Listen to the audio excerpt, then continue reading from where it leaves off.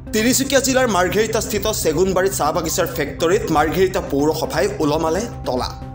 গৌতম বেৰিয়া মালিকাধীন চাহ বাগিচাখন মাৰ্ঘেৰিটা পৌৰসভাক আদায় দিয়া নাই কেইবা বছৰো ধৰি সম্পত্তি কৰ।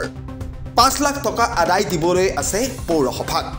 কেইবাবাৰো জাননী দিয়াৰ পাছতো চাহ বাগিচা কৰ্তৃপক্ষই অৱহেলা কৰাত চূড়ান্ত জাননী দি 10 দিনৰ সময় ধাৰ্য কৰি দিছিল।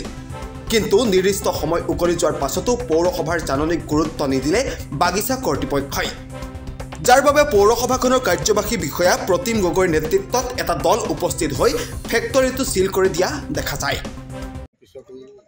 চেগুনবাৰী ফেক্টৰী যিজন মালিক গৌতম বেৰিয়া তেখেতে কোনো ধৰণৰ সহায় নজনাল, তাৰপৰা তেখেত আজি আপোনালোকে মেজিষ্ট্ৰেটৰ উপস্থিত আপোনালোকে চিল কৰিলে, কি খবৰ কি চিল কৰিলে? হয়, এই আমাৰ মাৰ্ঘেৰিটা মিউনিচিপাল বোৰ্ড আগতে আপোনালোক জানে যে মাৰ্ঘেৰিটা টাউন কমিটি আছিলে। 18 চনত যেতিয়া বোৰ্ড হ'ল তাৰপিছত চৰকাৰৰ নিয়ম এটা আছে যে বোৰ্ডৰ অন্তৰ্গত যিমান প্ৰপাৰ্টি থাকে তাত চবত টেক্স দিব লাগে। সেই হিচাপে আমি ইয়াত এছেছমেণ্ট কৰি পেলাই তেওঁলোকক ডিমাণ্ড দিয়া হ'ল 2018 চনত, আৰু তেতিয়াৰ পৰা তেওঁ বিভিন্ন অজুহাত দেখুৱাই পেলাই টেক্সটো দিয়া নাছিলে। আজি 6 মাহমান আগতে মই তেখেতৰ লগত ব্যক্তিগতভাৱে বহিলোঁ, বহি পেলাই তেওঁৰ লগত আলোচনাত মিলিত হ'লোঁ। তেওঁ ক'লে যে আমাৰ এছেছমেণ্টটো ভুলকৈ হৈছে।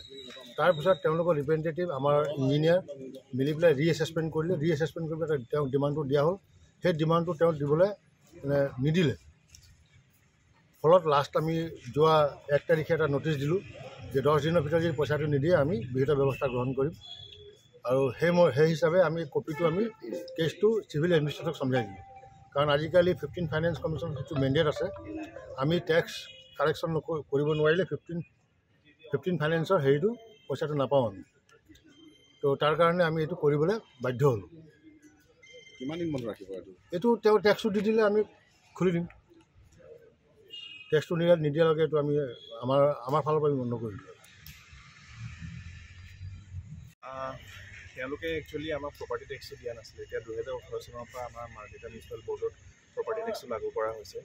তেওঁলোকলৈ বহুতবাৰ নটিচ পঠিওৱা হ'ল, কিন্তু তেওঁলোকে নটিচৰ একো উত্তৰ নিদিয়ে।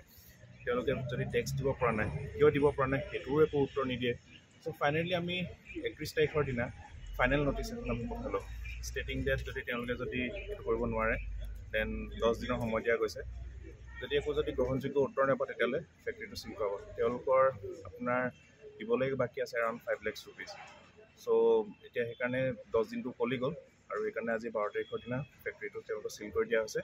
যদি তেওঁলোকে যদি এমাউণ্টটো টেক্সৰ এমাউণ্টটো যদি কাইলৈ ভিতৰতো যদি তেওঁলোকে জমা দিব পাৰে তেতিয়াহ'লে আমি মিউনিচিপাল বৰ্ডে কাইলৈ ভিতৰত আমি চিলটো খুলি দিম।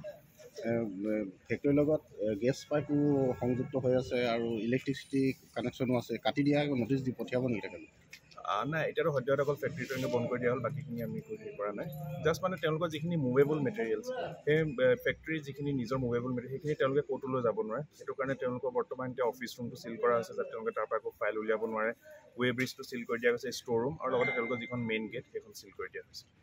ছাৰ, আৰু আমি দেখিছিলোঁ এই যিহেতু ফেক্টৰীটো মেইন নগৰৰ মাজতে অৱস্থিত, কিন্তু ফেক্টৰীটো যিখিনি ডকুমেণ্টছ আছে, লেণ্ড ডকুমেণ্টছ যিখিনি আছে সেইখিনি মানে বস্তি লাইন বুলি আছে, কিন্তু মানে কিয় কনভাৰ্ট কৰাৰ ব্যৱস্থা কৰিব নেকি? সেইটো বিষয়টো মই এতিয়া একো ক'ব নোৱাৰিম, কাৰণ সেইটো আপোনাৰ চাৰ্কল অফিচৰ কথা হয়।